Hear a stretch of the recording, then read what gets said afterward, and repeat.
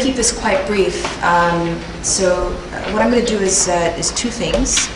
Firstly, I'm going to talk a little bit about the Australian emissions trading scheme from the point of view of an entity that's covered by the scheme, just to add a little bit to the presentation that you just heard, very briefly. And then I'll talk a little bit about California. I want to start off with a disclaimer. I'm not responsible for managing Shell's compliance in California. I cover Asia Pacific, so I cover Australia and this part of the world. But I thought it was important to say something about California. So I do have some information about California that I want to share with you, our experiences in California. But do excuse me if I can't answer any in-depth questions. I'm sure there are enough people here who know more about the scheme than I do, who'll be able to do that. But I can share with you a little bit about Shell's insights in terms of the California scheme. So just starting on Australia again, very briefly. Australia is quite important for Shell. It's the country where we're investing the most in the world at the moment, particularly in LNG projects. So we have massive investments in LNG. You may have heard that we have one of the first, the first floating LNG facility in Australia that we're investing in. So the emissions trading scheme in Australia is quite important for us. Fortunately, we are fortunate in the Australian scheme because we fall under what's called the trade exposed industries. So the Australian scheme protects industries that are exposed to any competition, trade exposed, that are sensitive to the carbon price, and it does that by giving them free allowances. So fortunately for us, LNG falls in that category, which means that we will get most, if not all, the allowances that we need, which is great. Other companies in Australia are not so fortunate. There are two types of compliance entities in Australia. One that falls under this trade exposed, and a lot of that it has to do with steel companies, LNG, so industries that are exposed to trade and where the government doesn't want to give them too much burden. And then other companies that are not, that will get no free allocation, so they have to buy everything. And that includes everything else, particularly the power sector, with the exception of coal, that will get some help in the first couple of years. So it's a huge market for us, but we're fortunate in that we aren't as hard hit as other players in the market. Because the Australian scheme allows companies to use EU allowances from the European Emissions Trading Scheme and CERs for compliance, we have also been quite active in talking to Australian companies, some of the same companies that were mentioned previously, about selling them European credits or European Union allowances. And so we've been quite active in trying to promote that in Australia. And I noticed that before the election, there were three categories of companies. There were one category of companies that were doing nothing. So they were really not buying anything. And just to clarify, companies can use these credits from 2015 onwards. So as of today, they were doing nothing to prepare themselves for 2015, the floating price phase. There was one category of companies that were not buying anything yet, but they were setting up the infrastructure to be able to do that. So what I mean is they were setting up contracts, getting ready to be able to trade. And there was a third category that were much more proactive, who were actually going out to buy in advance. So they were buying CERs, EU allowances, and those were mainly the power companies that are much more used to trading. So that was my experience, at least in the last couple of months. But since the election and the uncertainty that's come up post-election, I say that all of them now are in the do-nothing phase. So that's quite unfortunate because the scheme, I think, was set to succeed and to do really well. And it's really unfortunate that politics have come into play and may result in the scheme no longer continuing. But who knows? See how that goes. But that's kind of my two bits on Australia. And what I wanted to do is move to California. So with California, I won't go through all of these slides, but what I wanted to do is just illustrate a couple of the differences between the California Emissions Trading Scheme and the European Emissions Trading Scheme. So we've been talking quite a lot about the European Emissions Trading Scheme in the last day and a half. And we've talked about how it's established, there are lessons learned, etc. California is less advanced. So I think it's somewhere in between the Korean emissions trading scheme and the EU ETS. So it's kind of in the middle there. They've had a couple of years of experience. So I wanted to talk a little bit about the differences between the California scheme and the EU ETS. Some of those differences are common between Korea and California as well, and just to give you an idea of what the impact is of that. So, so this first slide talks about why Shell is in the California ETS, but I don't really want to dwell too much about Shell. What I want to do is use this slide to talk about those differences that I mentioned. So Shell is in the EU ETS, the California ETS for three reasons. The first is that we have a refinery in California that's covered by the scheme. So that's quite a direct impact. The second is touches on the issue of indirect emissions that people were talking about here, particularly Richard mentioned yesterday. Another reason why we're covered by the scheme is because we import power into California from other states. We are a big trader in the electricity markets. We do that to purchase electricity for our own consumption, but also because we trade speculatively in these markets. And so because we import power from other states, we need to worry about the ETS because, as Richard mentioned, in the Californian scheme, because the power price outside of California is not impacted by carbon, if you're importing power from outside of California, you're liable for the emissions that come with that power. And thirdly, and this is a big one for Shell, in California, unlike any other emissions trading scheme at the moment, companies will be liable for the emissions in transport fuels sold from 2015 onwards. So what that means is that from 2015 onwards, we will be liable for the emissions sold in all the fuel that we sell in California. So that's going to increase our liability quite a bit, and it's something that we're looking at very closely. So that includes all the service stations, all the fuels that we sell to industry, lubricants, etc. So that's quite big. Then I want to move on to talk about a few other differences, and I won't dwell too much on that, but just some differences in terms of how the scheme is designed and how they impact market activity in California compared to the European Union. The first is that there is an auction floor price in California. There is no auction floor price in the EU ETS. And that impacts the curve, the forward curve. So it means that the forward curve in California has to be in contango. What that means is that the price in the future must be higher than the price today. That impacts the activities that companies can undertake in terms of buying and selling units in different parts of the curve. We heard some of the banks yesterday talk about how that can be quite profitable for companies. Those activities don't exist in California for that reason. Secondly, there is a limit on how much a corporate entity can hold in its registry account at any given time. And that limit impacts the ability to speculate in the market. So as a corporate entity, you cannot hold, and I believe the figure is 10 million per corporate units in your account at any given time.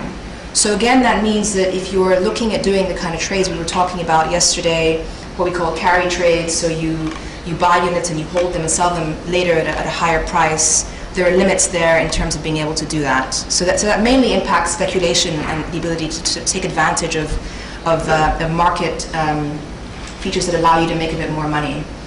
Again, there's limited borrowing, but that's similar to Korea. So it means that there's only so much that you can borrow in forward years for this year.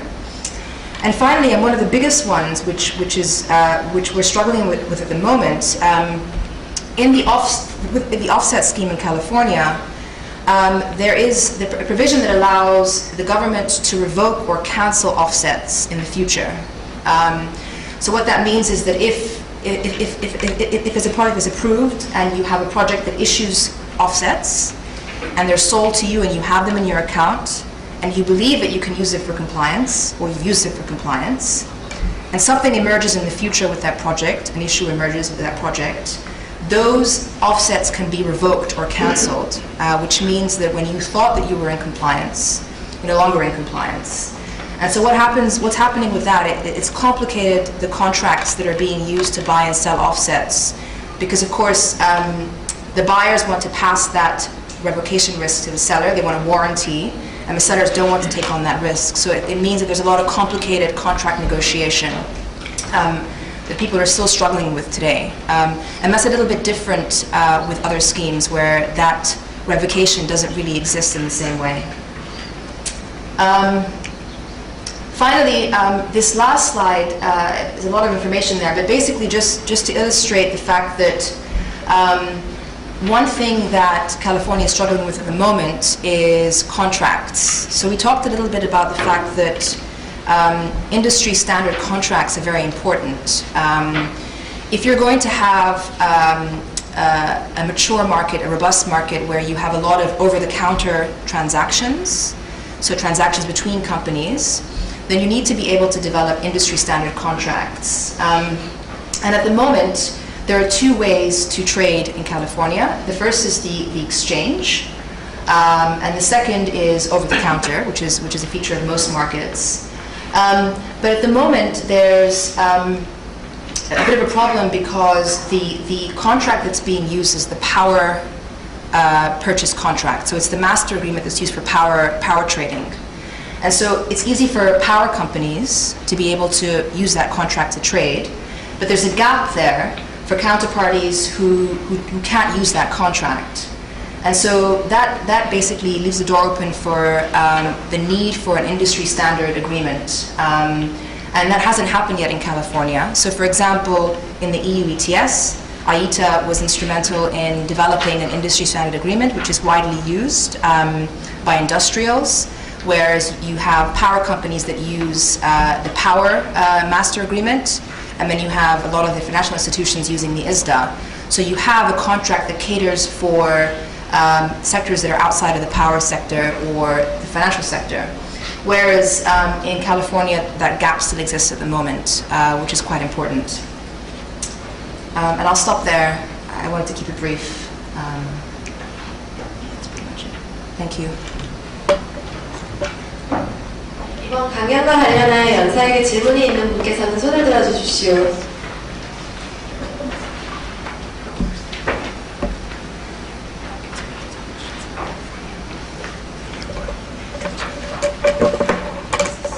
네, 안녕하세요. 로이드 인증원의 이정이라고 합니다. From LRK Korea. Okay. 질문을 드리고자 하는 거는 다름이 아니라 오스트레일리안 시장과 유럽 시장이 서로 지금 거래가 되는 걸로 알고 있는데요. 그 거래가 되기 위해서는 실제로도 1톤의 CO2 감축이 오스트레일리안에서도 인정되는 것만큼 유럽에서도 인정되기 때문일 텐데요. 그러기 위해서는 그 1톤의 감축량이 어떻게 이루어져야 있는지 서로 MRP가 검증이 잘 됐어야 될 거라고 생각합니다. 그래서 그것이 그 시장에서 서로 통용될 수 있도록 어떠한 그 논의들이 이루어졌기에 가능하게 되는지 궁금합니다.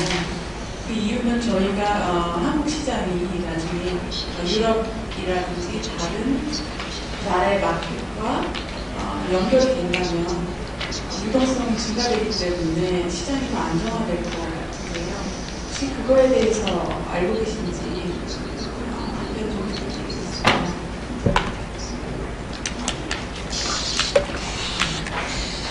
Just one moment, because my colleague's mic wasn't working, so I'm just going to quickly repeat the questions. She was asking about the fact that the two markets are linked, Australia and the European ETS, and what work was done, if any, to harmonize MRE.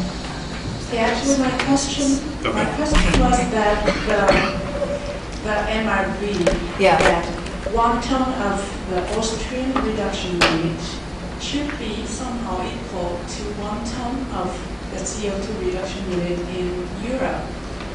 In that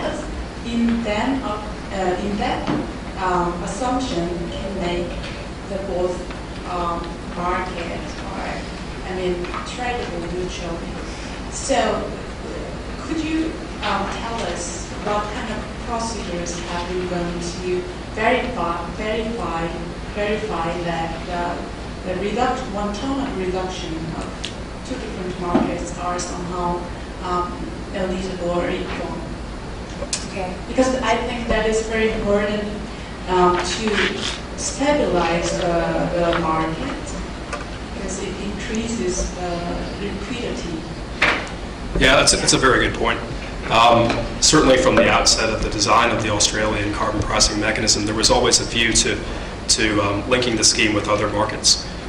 So in setting up the monitoring, reporting, and verification frameworks, there was always a view to international standards and what's happening in Europe and within the UNFCCC markets.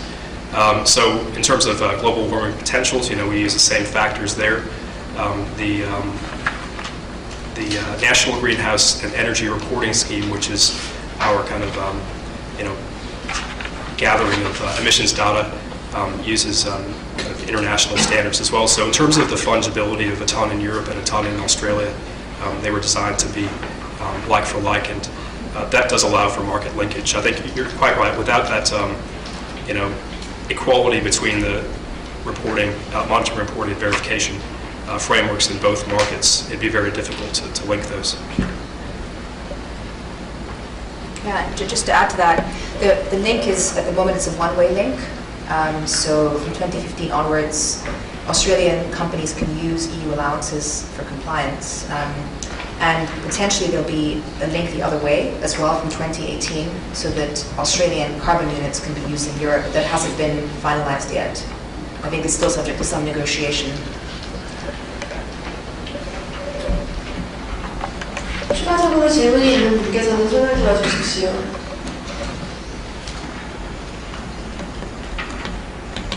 더 이상 질문이 없으면 이것으로 이번 강연을 마치도록 하겠습니다. 연사분들께 다시 한번